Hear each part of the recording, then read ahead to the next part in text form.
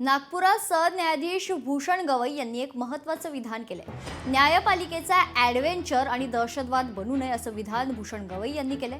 कायद्याप्रमाणे काम करण्याची जबाबदारी कार्यपालिकेची असते।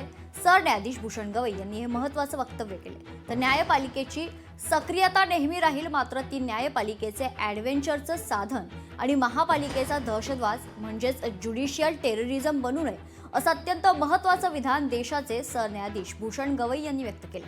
ते नागपुरात जिल्हा वकील संघटनेने आयोजित केलेल्या सत्कार समारंभात बोलत होते।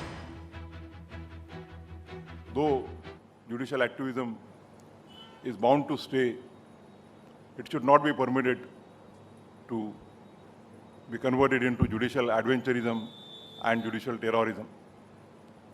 आणि जेव्हा कुठले कायदे हे आपल्या पार्लमेंटचे किंवा विधिमंडळाचे अधिकार आहेत त्या अधिकाराच्या बाहेर जाऊन केलेले असतात किंवा कॉन्स्टिट्यूशनल प्रिन्सिपल जे आहेत त्या प्रिन्सिपल्सला भेद देणारे असतात, त्यावेळेला ज्युडिशरी स्टेप इन करू शकते।